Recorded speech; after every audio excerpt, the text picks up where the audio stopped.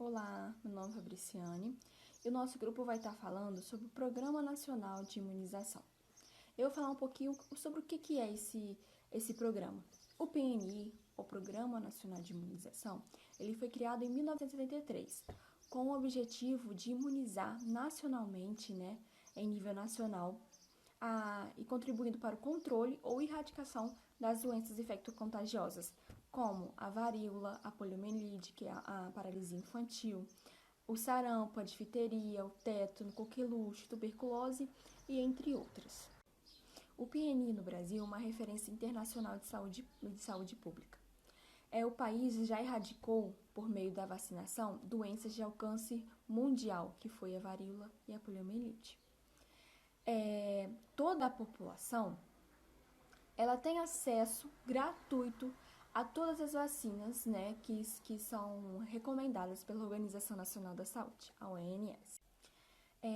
Desde que foi criado esse programa, nacional de imunização em 1973, ele busca a inclusão social, assistindo todas as pessoas em todos os países, sem distinção de qualquer natureza.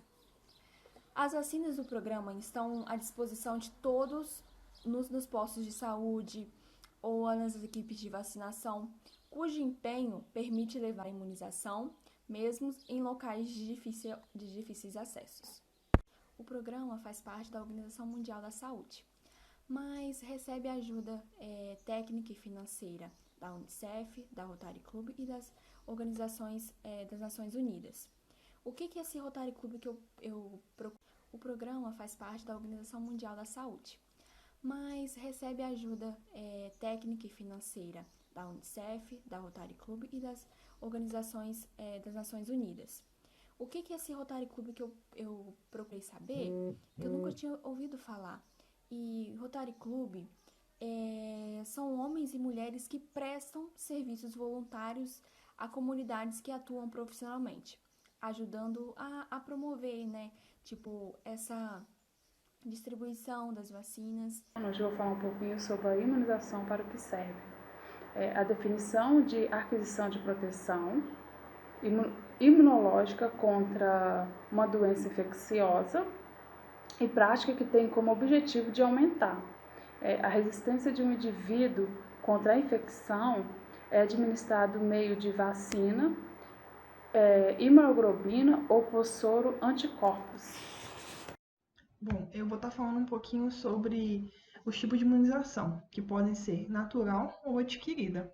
A imunidade natural compreende mecanismos inespecíficos de defesa da pele, pH. É a imunidade conferida pela mãe através de via transplacentária e pelo leite materno ao recém-nascido. A imunidade adquirida pode ser espontânea, através de um processo infeccioso, ou induzida, de maneira ativa ou passiva. A passiva é através de administração de anticorpos previamente formados ou soros, útil em pacientes com defeito na formação de anticorpos ou imunodeprimidos. A ativa é o uso de micro-organismos vivos, atenuados, mortos e componentes inativos de micro-organismos.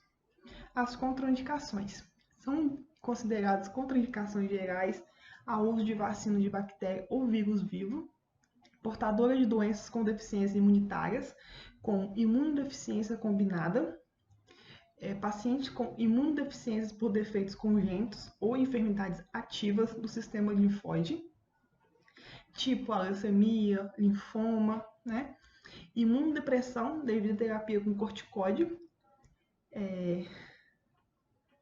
grávidas, salvo em situações de alto risco de exposição a algumas doenças virais, como a febre amarela.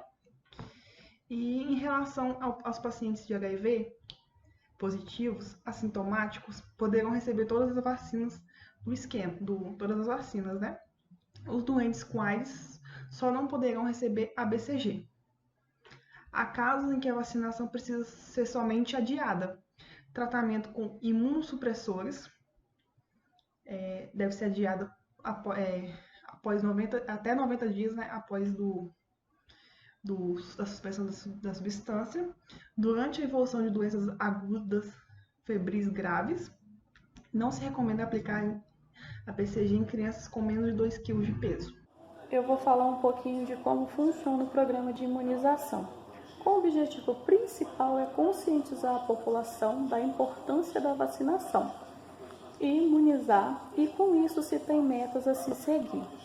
Grupo menores de 5 anos, a meta é 90% da população. Com as vacinas tríplice viral, tetravalente, BCG, contra a poliomielite é 95%. E também temos os dias de vacina, que é muito importante. Para o grupo de mulheres férteis de idade entre 12 a 49 anos, a meta é vacinar todas elas contra o tétano, a síndrome da rubéola congênita e evitando assim a contaminação durante a gravidez. Segundo o Manual de Rede de Frios MS 2007, as ações de vacinação para as crianças têm contribuído para reduzir a morbimortalidade e ajudando na qualidade de vida. A unidade de saúde ela é responsável por desenvolver e organizar o Programa Nacional de Imunização em nível local, por intermédio de várias estratégias. Sendo assim, podemos citar a intensificação de imunização, campanha e os bloqueios. As vacinas disponíveis no SUS ofertam 45 diferentes imunobiológicos para a população, como indicados a doses destinadas a todas as faixas etárias, assim como campanhas anuais para atualização da caderneta de vacina e reforço da importância de todos adotarem esse método de prevenção. A imunização pode acarretar em eventuais reações como febre e dor no local, após a aplicação de uma dose. Contudo, estes efeitos, quando ocorrem, são temporários e os benefícios das vacinas irrefutáveis. Durante o ano, o Ministério da Saúde promove 2 campanhas de vacinação em parceria com a Secretaria de Saúde de Estados, municípios e do Distrito Federal. Há as campanhas para prevenção de gripe realizadas antes do início do período mais frio do ano, no primeiro semestre, e para a atualização da caderneta de vacinação. E efetuada ainda a cada 4 anos, a campanha de vacinação contra o sarampo, que tem como alvo crianças menores de 5 anos de idade. Eu vou estar explicando sobre a organização da sala de vacinas, sobre geladeira e a temperatura. A organização das geladeiras de vacinas é fundamental para garantir a eficácia e a segurança das vacinas. A conservação de imunobiológicos em níveis local apresenta risco que pode colocar em risco a efetividade da imunização em países em desenvolvimento e nos desenvolvidos. Também, as geladeiras para as vacinas são equipamentos de uso doméstico utilizados na rede de frio e utilizados para estocagem de vacinas em temperaturas positivas a mais 2 graus. O ideal é que a temperatura esteja entre a mais 2 graus e a mais 8 graus, sem sofrer perda de potência no armazenamento. As importantes do PNI, que significa Programa Nacional de Imunizações. Colocar gelo reciclável no congelador na posição vertical. Isso contribui para aumentar lentamente a temperatura, protegendo os imunobiológicos em caso de queda de energia elétrica ou defeito do equipamento. Colocar vacinas que podem ser congeladas, de sarampo, febre amarela, tríplice viral, na primeira prateleira em bandejas perfuradas para permitir a circulação do ar. Colocar na segunda prateleira vacinas que não podem ser congeladas, que é hepatite B, DTP, BCG, também e DT, em bandejas perfuradas.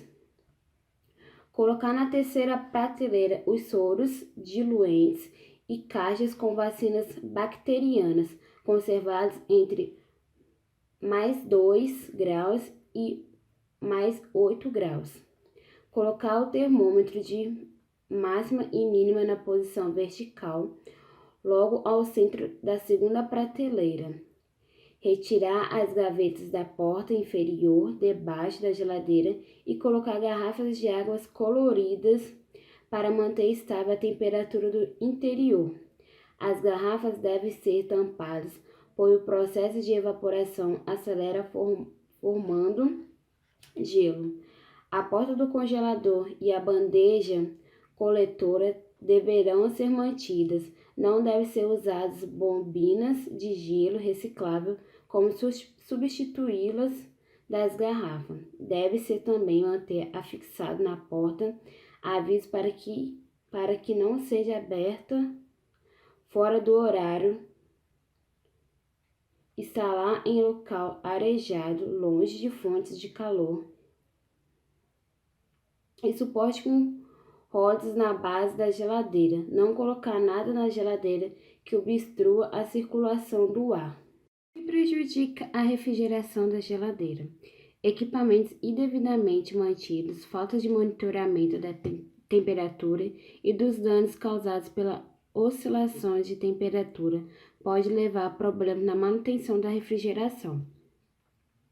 O que prejudica na refrigeração da geladeira? A organização da geladeira de vacinas tem tudo a ver com a qualidade correta, manutenção das vacinas de modo que elas não sofram interferência no ambiente e sejam mantidas em perfeito estado para o uso.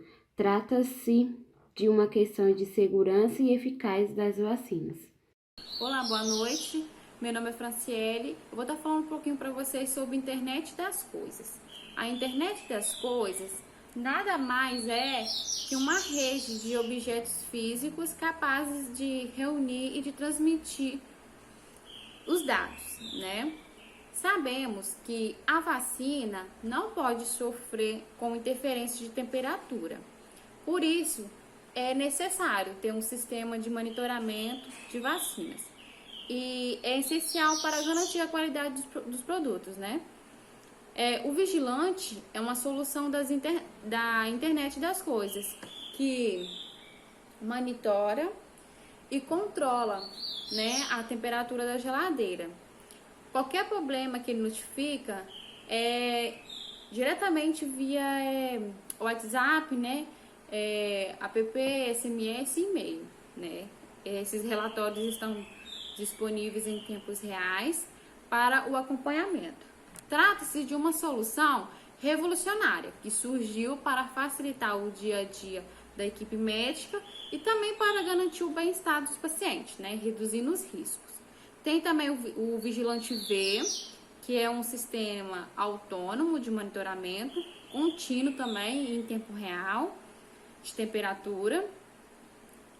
O controle do acesso para câmaras de conservação de vacina, câmeras e freezers de hemoderivados, tá? E salas climatizadas de armazenamento e preparação de medicamentos. Como eu já falei, a internet das coisas é um conjunto que se refere à interconexão digital de objeto cotidiano com a internet, conexão dos objetos mais do que das pessoas, né? Tem a conscientização também da equipe médica. Não basta adquirir só essas tecnologia de ponta se a equipe médica não estiver consciente da importância no monitoramento. Deve ser feito sempre um reforço, tá, na informação e na formação dos responsáveis pela vacinação para que sigam corretamente as regras, tá? Que estejam sempre preparados para monitorar a temperatura e realizar a organização das geladeiras de vacina de maneira adequada, né?